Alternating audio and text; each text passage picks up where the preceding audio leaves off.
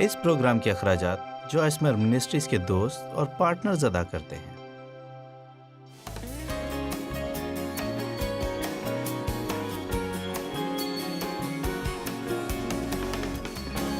اس ہفتے میں روزمرہ زندگی سے لطف اندوز ہونے کے بارے میں بات کرنا چاہتی ہوں۔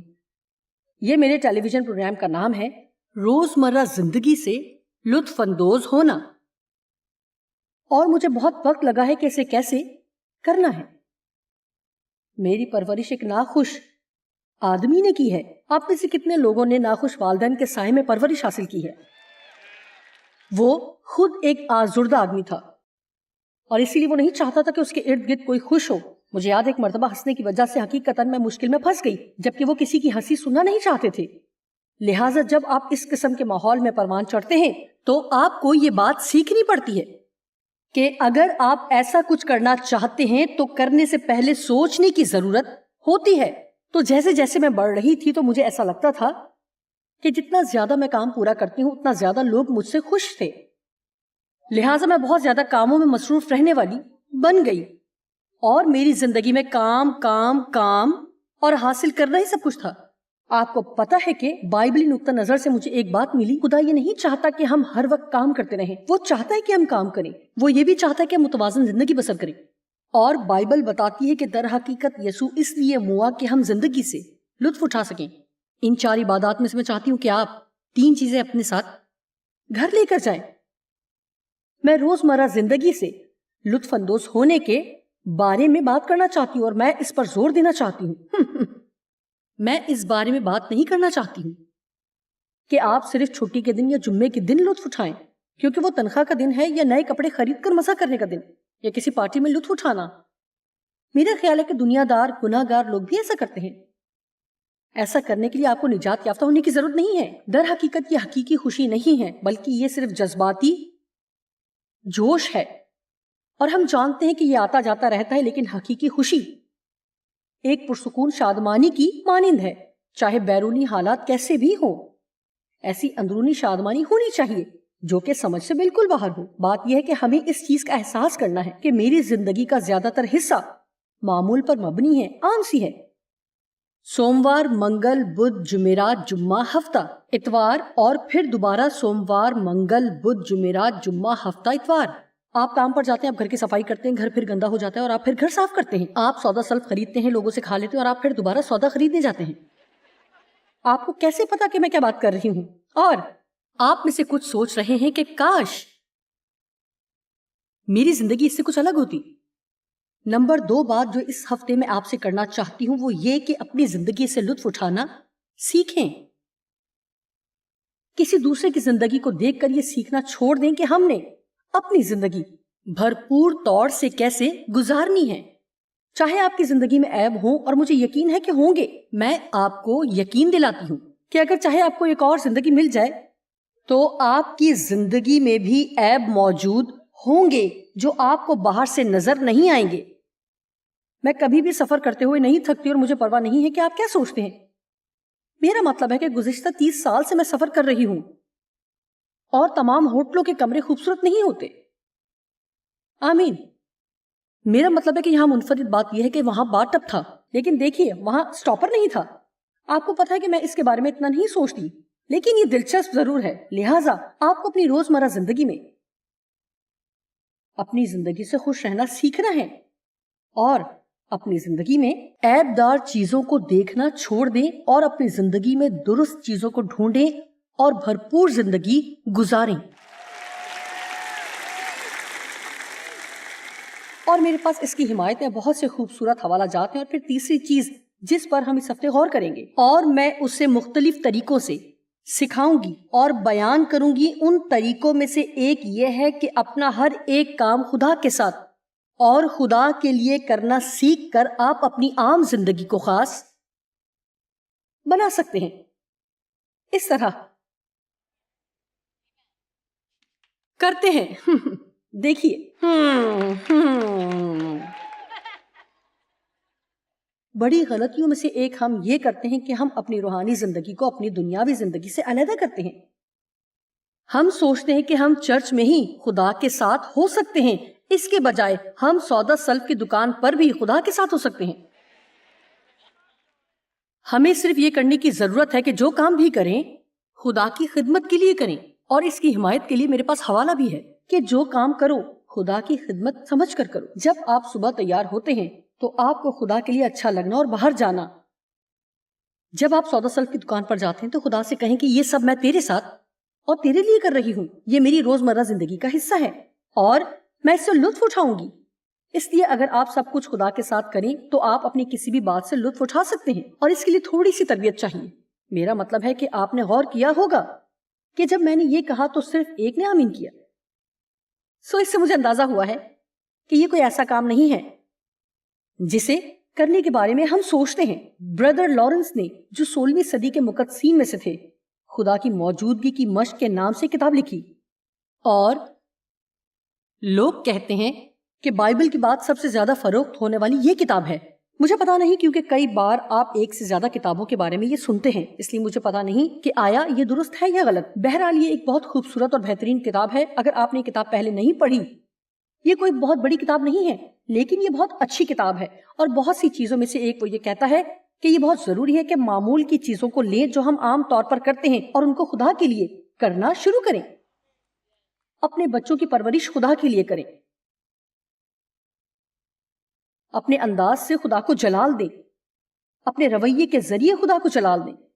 آپ کو پتا ہے کہ ہم پرستش کی بات کرتے ہیں، لیکن بائبل پرستاروں کی بات کرتی ہے۔ وہ پرستاروں کو ڈھونڈ رہا ہے جو روح اور سچائی سے اس کی پرستش کریں گے۔ جی، میرا مطلب ہے کہ خدا ہماری پرستش پسند کرتا ہے آج رات جو ہم کر رہے ہیں، اور یہ بہت خوبصورت اور اچھی بات ہے، لیکن وہ پرستش جو حقیقت میں وہ چاہتا ہے وہ صرف گیت گانے سے کہیں بڑھ کر ہے۔ پرستش ہماری طرز زندگی سے ظاہر ہوتی ہے۔ جو کچھ بھی ہم کریں اور جہاں کہیں بھی ہم جائیں، اپنے ہر کام میں ہمیں خدا کو شامل کرنا ہے۔ کیا کوئی آمین کہے گا؟ میں آپ کو بتاتی ہوں کہ میں اسے کیسے دیکھتی ہوں۔ اگر اپنی روزمرہ زندگیوں میں ہم خدا کو لانا نہیں سیکھیں گے تو یہ زندگی بے معنی روحانی چیزوں کا مجموعہ بن جائے گی جو دنیا کے بیشتر لوگ سمجھ نہیں سکتے اور نہ ہی اس سے کوئی تعلق رکھنا چاہتے ہیں۔ لیکن جو کچھ ہم کرتے ہیں، اگر ہم وہ خدا کے ساتھ رہتے ہوئے اور خدا کے لیے کرنا سیکھ جاتے ہیں، دیکھیں مجھے اس کی پرواہ نہیں کہ اس میں کتنا وقت لگے گا، لیکن آج ہم ضرور کامیابی حاصل کریں گے۔ اگر ہر کام جو ہم کرتے ہیں یہ کرنا سیکھ لیں تو یہ ہماری زندگی میں شادمانی کا آغاز ہوگا۔ اور دیکھیں، خدا زندگی ہے، اور اگر ہم اپنے ہر کام میں زندگی چاہتے ہیں تو ہمیں اس بات کا یقین کرنے کی ضرورت ہے کہ ہر وہ کام جو ہم کرتے ہیں وہ سب میں موجود ہے۔ وہ ہمیشہ ہر جگہ موجود ہے، اور چاہے آپ مانیں یا نہ مانیں، وہ آپ کے کپڑے دھونے اور استری کرنے میں بھی ویسی ہی دلچسپی رکھتا ہے جیسے کہ ان دوسری چیزوں میں جنہیں آپ اہم سمجھتے ہیں، کیونکہ در حقیقت خدا رفاقت رکھنا چاہتا ہے۔ وہ آپ کے ساتھ دن گزارنا چاہتا ہے، وہ ہمیشہ آپ کے ساتھ ہے، لیکن افسوسناک بات یہ ہے کہ زیادہ تر اس کو نظر انداز کر کے صرف اتوار کی صبح جا کر اس سے تھوڑی سی بات کرتے ہیں، یا پھر تب جب آپ کو ضرورت ہے۔ لیکن اگر آپ اس کی مشق کرنا شروع کریں گے تو یہ آپ کی زندگی میں حیرت انگیز کام کرے گا، اور یہ ایک عادت ہے جو آپ کو بتاتی ہے گو کہ اس کے لیے کچھ وقت درکار ہے۔ لیکن 70 کی دہائی میں جب خدا نے مجھے چھوا تو میری آنکھیں کھل گئیں۔ میرا مطلب ہے کہ مجھے یاد ہے کہ ابھی تک اس رات میں گیم کھیلنے جا رہی تھی۔ جمعے کی رات میں نے چیمپئن لیگ شپ میں کھیلی۔ جب میں اپنی کار میں تھی تو جمعے کی رات خدا نے مجھے چھوا۔ میں پوری کہانی میں نہیں جاؤں گی، میں ایک طرح سے اپنی زندگی کے اختتام پر پہنچ چکی تھی اور بےتاب تھی۔ اے خدایا، تجھے کچھ کرنا پڑے گا۔ اس لمحے میں نے روح القدس کا بہاؤ محسوس کیا، اور حقیقی معنوں میں خدا نے مجھے چھوا، اور کسی بھی اور چیز سے زیادہ مجھے اس کی موجودگی اور محبت کے بارے میں آگاہی ہوئی۔ اور جمعے کی رات میں چیمپئن لیگ شپ میں کھیلا کرتی تھی۔ اس رات میں کچھ اچھا نہیں کھیل رہی تھی، میں خدا کی آواز سننے کی عادی نہیں تھی، لیکن وہ یہ چاہتا تھا کہ ہم جان جائیں کہ ہم اس کی آواز سن سکتے ہیں۔ آپ خدا کی آواز سن سکتے ہیں، تعلق بذات خود گفتگو ہے۔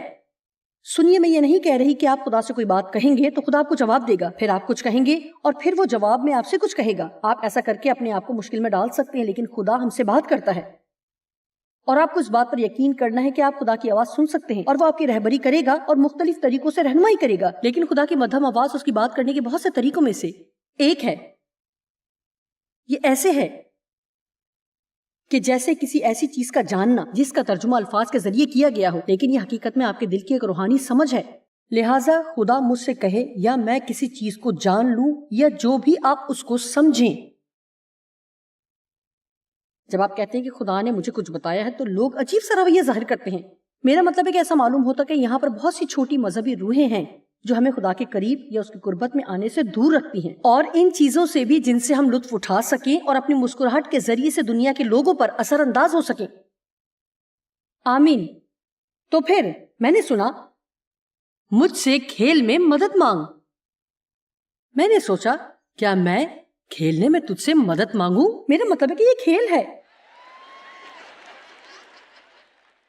یہ کوئی چرچ یا بائبل پڑھنا نہیں ہے، یہ کھیل ہے. لیکن میں جانتی تھی کہ خدا یہی چاہتا ہے کہ میں کروں. تو پھر میں نے خدا سے کہا ٹھیک ہے، اپنے رحم سے اچھا کھیلنے میں میری مدد کر، اور میں بہتر کھیلنے لگی. آپ کہیں گے میں نے یہ کوشش کی تھی لیکن کچھ بہتر نہیں ہوا. تو پھر آپ یہ یقین کر لیں کہ یہ خدا کا مقصد تھا کہ آپ بہتر نہ کھیلیں. آمین. بہت ساری اور چیزیں ہیں جو میں آپ کو بتا سکتی ہوں، لیکن اصل نقطہ یہ ہے کہ جو کچھ بھی آپ کریں اس میں خدا کو شامل کریں. کیا آپ میں سے کوئی اس بات کا گواہ ہے؟ آپ کو پتا ہے کہ ہمیں ہر بات میں، ہر چیز میں خدا کو شامل کرنے کی ضرورت ہے. ایسا نہ کریں کہ پورا ہفتہ خود کوشش کریں اور پھر اتوار کی صبح چرچ کی طرف بھاگیں اور سوچیں کہ یہ میرے بقیہ ہفتے کے کام کاج درست کرے گا. ایسا نہیں ہوگا. میں آپ کو سچ بتا سکتی ہوں، آپ ہر روز 3 بار میرا پروگرام دیکھ سکتے ہیں لیکن پھر بھی یہ مکمل طور پر آپ کے لیے کام نہیں کرے گا. ہمیں خدا کے کلام کی ضرورت ہے، لیکن آپ کو ہر روز اپنی زندگی میں خدا کی حضوری کی ضرورت ہے، جو آپ کی روزمرہ کی عام زندگی کو، جو کبھی سنگین ہوتی ہے، کبھی سادہ اور اکثر غیر دلچسپ ہوتی ہے، دلچسپ اور پرجوش بنا دیتی ہے، جس سے آپ لطف اٹھا سکتے ہیں. کیونکہ میں آپ کو حقیقت بتاتی ہوں کہ اگر آپ خدا کے ساتھ رفاقت رکھنا شروع کریں تو آپ کو اندازہ بھی نہیں ہوگا کہ وہ آپ کے لیے کیا کچھ کر سکتا ہے. آمین. اور یہ بالکل حقیقت ہے. سو یہ وہ 3 چیزیں ہیں: روزمرہ زندگی سے لطف اٹھانا، اپنی زندگی سے لطف اٹھانا، اور یہ سیکھنا کہ خدا کے ساتھ زندگی کیسے بسر کرنی ہے. ایک بار اور سمجھیں، روزمرہ کی زندگی سے لطف اٹھانا، اپنی زندگی سے لطف اٹھانا، اور یہ سیکھنا کہ خدا کے ساتھ زندگی کیسے بسر کرنی ہے. آمین. لہٰذا اس سے پہلے کہ آپ کچھ کہیں، سب سے پہلے میں آپ سے پوچھتی ہوں کہ آپ میں سے کتنے ہیں جو یہ محسوس کرتے ہیں کہ انہیں اپنی سخت اور رسمی زندگی چھوڑ کر یہ سیکھنا چاہیے کہ اپنی زندگی سے کیسے لطف اٹھائیں.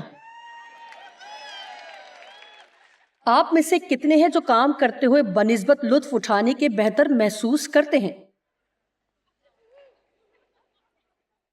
آپ میں سے کتنے ہیں جو کام کی زیادہ پرواہ نہیں کرتے بلکہ لطف اٹھانا زیادہ پسند کرتے ہیں؟ میرے لیے یہ بات مسئلہ بن گئی کہ شاید مجھے اپنا کلام تبدیل کرنا پڑے گا. شاید آپ اس کو بہت سنجیدگی سے لے لیں. میں مذاق کرنے میں اتنی اچھی نہیں تھی، میں نے اچھی طرح سے مذاق نہیں کیا. سب سے پہلی بات تو یہ ہے کہ قدرتی طور پر میرے مزاج میں مذاق کرنے کی اتنی اچھی حس نہیں ہے. اب میں نے کچھ سیکھا ہے کہ تاکہ مزہ اٹھا سکوں، اور سب لوگ مجھے کہتے ہیں کہ میں بہت مزاحیہ ہوں، لیکن حقیقت یہ کہ عام زندگی کے بجائے میں کلام سناتے ہوئے زیادہ خوش ہوتی ہوں. میرا مطلب ہے کہ میرے بچے یہ سمجھتے ہیں کہ میں بہت مزاحیہ ہوں. یہ شاید میرے بزرگ ہونے کی علامت ہے. آپ جانتے ہیں کہ وہ سمجھتے ہیں کہ میں بہت مزاحیہ ہوں، اور میں نے سیکھا کس طرح مقصد کے تحت زندگی سے لطف اٹھانا ہے. اگر آپ احساس جرم کے ساتھ زندگی گزار رہے ہیں تو آپ زندگی سے لطف نہیں اٹھا رہے. اگر آپ اپنے آپ کو پسند نہیں کرتے تو آپ زندگی سے لطف نہیں اٹھا رہے. اگر آپ ہمیشہ احساس جرم کا شکار ہیں تو آپ زندگی سے لطف نہیں اٹھا رہے. یہ بات ذہن میں رکھیں کہ میں کسی پارٹی، چھٹی کے دن، تنخواہ کے دن یا نیا جوڑا خریدنے کے بارے میں بات نہیں کر رہی، بلکہ میں کہہ رہی ہوں کہ آپ عام اور سادہ سے پیر کے دن سے لطف اٹھا سکتے ہیں، جبکہ آپ کو کپڑے دھونے، استری کرنے اور آپ کو سودا سلف لانے کے لیے جانا ہے اور ہفتے کا سارا گند صاف کرنا ہے. کیا آپ منگل کو اٹھ کر سارا کچھ کر سکتی ہیں اور پھر بدھ کو دوبارہ اٹھیں اور دوبارہ سب وہی کریں؟ کیا آپ رش میں گاڑی چلا سکتے ہیں؟ کیا آپ روزمرہ کی عام چیزیں کر سکتے ہیں؟ ہاں، اگر اگلی بار آپ رش میں گاڑی چلائیں تو خدا سے کہیں کہ یہ میں تیرے لیے کر رہی ہوں. تیرا شکر ہو کہ میں پیدل نہیں چل رہی کیونکہ میرے پاس گاڑی ہے. تیرا شکر ہو کہ میرے پاس نوکری ہے, گاڑی چلا کر جہاں میں جا سکتی ہوں. آمین. اس ہفتے جو بات میں آپ کو بتانا چاہتی ہوں وہ یہ ہے کہ ابلیس جو ہمیں اداس اور پاگل کرنے میں کامیاب نہیں ہوتا تو وہ یہ جنگ ہار جاتا ہے.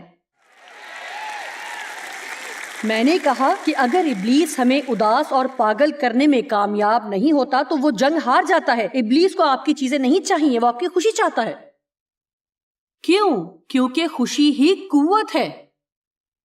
آپ جتنے خوش ہوں گے اتنے ہی زور آور ہوں گے. یوحنا کی انجیل 10 باب کی 10ویں آیت میں لکھا ہے کہ چور اس لیے آتا ہے تاکہ چرائے, ہلاک کرے اور برباد کرے. یہ چور ابلیس ہی ہے. لیکن یسوع نے کہا میں آیا. خدا کا شکر ہے کہ یہ کیا ہی شانہ مداخلت ہوئی. کیا آپ کو پسند نہیں آیا؟ یہ ہے جو ابلیس کر رہا ہے, لیکن یسوع نے کہا کہ ٹھہر جاؤ, میں آیا تاکہ تم زندگی پاؤ اور اس سے لطف اٹھاؤ اور کثرت سے پاؤ, مکمل بھرپوری کے ساتھ. 1 منٹ ٹھہریے.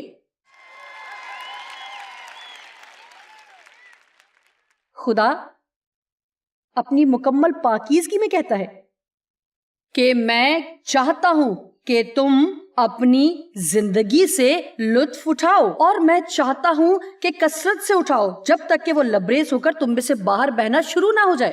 کیا آپ جانتے ہیں کیوں؟ کیونکہ تب ہی وہ اس قابل ہوگی کہ آپ کے ارد گرد لوگوں تک پہنچے. میں یہ نہیں کہہ رہی کہ آپ انتہائی مزاحیہ ہو جائیں اور ہر وقت کہہ کے لگاتے رہیں اور احمقانہ حرکت کریں. میں بالکل بھی اس بارے میں بات نہیں کر رہی, بالکل بھی ایسی بات نہیں ہے. میں عام روزمرہ زندگی کی بات کر رہی ہوں جس میں پرسکون شادمانی اور چہرے پر مسکراہٹ ہو, کیونکہ آپ جانتے ہیں کہ آپ کس سے وابستہ ہیں اور آپ جانتے ہیں کہ دنیا کے آخر میں کیا ہوگا. جی ہاں, یوحنا کی انجیل 15واں باب 11ویں آیت. کل کا دن آپ کے لیے پہلے کی بنسبت بہتر ہوگا.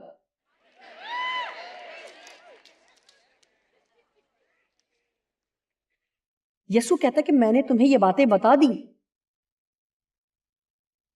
اور آگے لکھا ہے کہ میری خوشی تم میں ہو اور تمہاری خوشی اور شادمانی مکمل طور پر بھرپوری اور کثرت کے ساتھ پوری ہو جائے.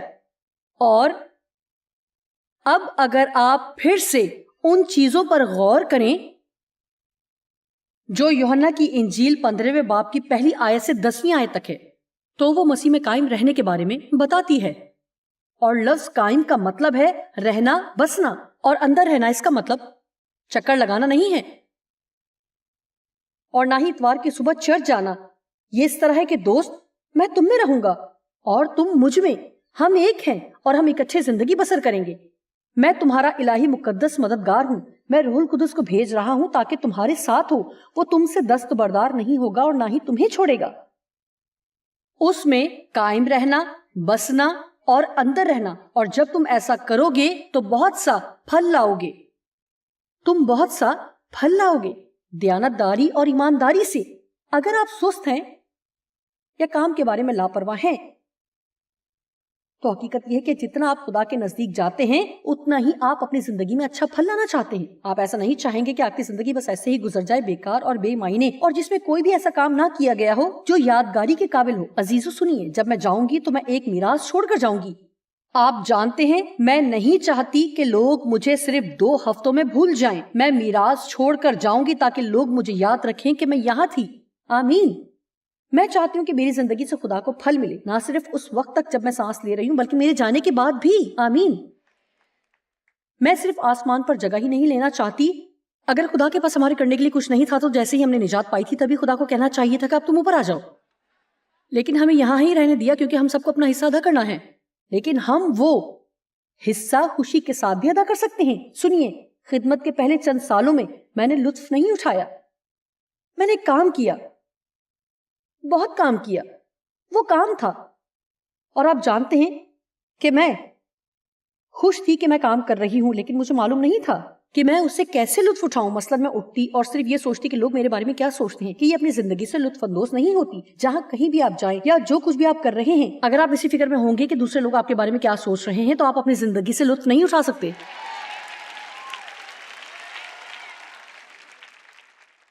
پتہ نہیں وہ میرے کپڑوں کے بارے میں کیا سوچتے ہیں, پتہ نہیں وہ میرے بالوں کے بارے میں کیا سوچتے ہیں. اس بارے میں سوچنے کے بجائے کہ لوگ آپ کے بارے میں کیا سوچتے ہیں, جائیں اور دوسروں کے لیے باعث برکت بنیں, اور لوگ آپ کے بارے میں جو سوچتے ہیں سوچنے دیجیے. اہم ترین بات یہ کہ خدا کے بارے میں درست سوچے. کیا آپ کو کچھ پتا ہے کہ آپ کی پوری زندگی میں خدا نے آپ کے بارے میں کبھی بھی ایک بھی غلط خیال نہیں سوچا؟ میں وثوق کے ساتھ آپ سے کہہ سکتی ہوں کہ آپ نے کبھی بھی ایسا کوئی انسان نہیں دیکھا ہوگا. خدا نے کبھی بھی آپ کے بارے میں برا نہیں سوچا. اسے کبھی بھی نا امیدی کا خیال نہیں آیا. وہ آپ کی طرف دیکھ کر یہ نہیں کہتا کہ واو آپ کے لیے کوئی امید نہیں ہے. خدا آپ پر یقین رکھتا ہے. آپ کے لیے اس کے پاس امید ہے. آپ کے لیے اس کے پاس مستقبل کا منصوبہ ہے. اس سے فرق نہیں پڑتا کہ آپ نے کتنی ہی بار غلطی کی ہے. اگر آپ اس کے ساتھ تعلق رکھنے میں سنجیدہ ہوں گے تو خدا تیار ہے کہ وہ آپ کو ایک اور موقع دے, ایک اور موقع, ایک اور موقع. یوحنا 16 باب 24 آیت ایک اچھی آیت ہے. مانگو تو پاؤ گے تاکہ تمہاری خوشی پوری ہو جائے. اب تک ایک بار بھی تم نے میرے نام سے نہیں مانگا, لیکن اب مانگو اور مانگتے رہو اور تمہیں ملے گا, تاکہ تمہاری خوشی, مسرت اور شادمانی پوری اور مکمل ہو جائے. ان عبادات میں سے ایک پورا کلام اس بارے میں ہوگا کہ ہم کیسے سیکھیں کہ ہمیں خدا سے پانا ہے. خدا برائے فروخت نہیں ہے. آپ اپنے اچھے اعمال سے اسے خرید نہیں سکتے. ہم اس کی محبت کے حصول کے لیے اچھے کام نہیں کرتے, بلکہ ہم اس لیے اچھے کام کرتے ہیں کیونکہ وہ ہم سے محبت کرتا ہے. یہاں ایک بہت بڑا فرق ہے. مجھے پسند ہے کہ مانگو تو ملے گا. سنیے, ہمیشہ اپنے بچوں کے بارے میں فکر مند ہونے کے بجائے خدا سے کہیں کہ وہ ان کا خیال رکھے. ایمان سے حاصل کیجیے اور مزے سے اپنی روزمرہ زندگی سے لطف اٹھائیے. آمین. اگر آپ پریشان ہیں کہ جس کمپنی میں آپ کام کر رہے ہیں بند ہونے والی ہے یا آپ کو نوکری سے نکالا جا رہا ہے, تو آپ کا فکر کرنا آپ کو کوئی فائدہ نہیں دے گا. اس کے لیے دعا کیجیے اور یقین کریں کہ خدا آپ کی زندگی میں کام کر رہا ہے, اور بھروسہ رکھیں کہ اگر آپ کی نوکری چھوٹ بھی جائے تو وہ آپ کو مہیا کرے گا. اس لیے بھروسہ کریں اور اپنی زندگی کے ہر ایک دن سے لطف اٹھائیں. میں آج آپ کو ایک بہت اچھی خبر سنانے کو ہوں. کیا آپ جانتے ہیں کہ چاہے آپ مسائل میں گھرے ہوں پھر بھی آپ آگے بڑھیں اور اپنی زندگی سے لطف اٹھائیں. میں مسائل کو پسے پشت نہیں ڈالتی, لیکن یہ جاننا ضروری ہے کہ کائنات کا خالق ان تمام حالات سے نمٹنے میں ہماری مدد کرے گا, کیونکہ وہ چاہتا ہے کہ ہم اپنی روزمرہ زندگی سے لطف اٹھائیں.